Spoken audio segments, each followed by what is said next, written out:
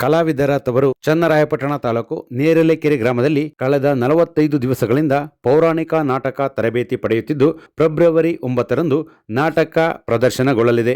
ಹೆಚ್ಚಿನ ಸಂಖ್ಯೆಯಲ್ಲಿ ಕಲಾಸಕ್ತರು, ಕಲಾ ಪೋಷಕರು ಆಗಮಿಸಿ ನಾಟಕವನ್ನು ನೋಡುವ ಮೂಲಕ ಕಲಾವಿದರನ್ನು ಬೆಂಬಲಿಸಬೇಕೆಂದು ನಾಟಕದ ನಿರ್ದೇಶಕಿ ಸವಿತಾ ಮಾಧ್ಯಮದ ಮೂಲಕ ಮನವಿ ಮಾಡಿದ್ದಾರೆ.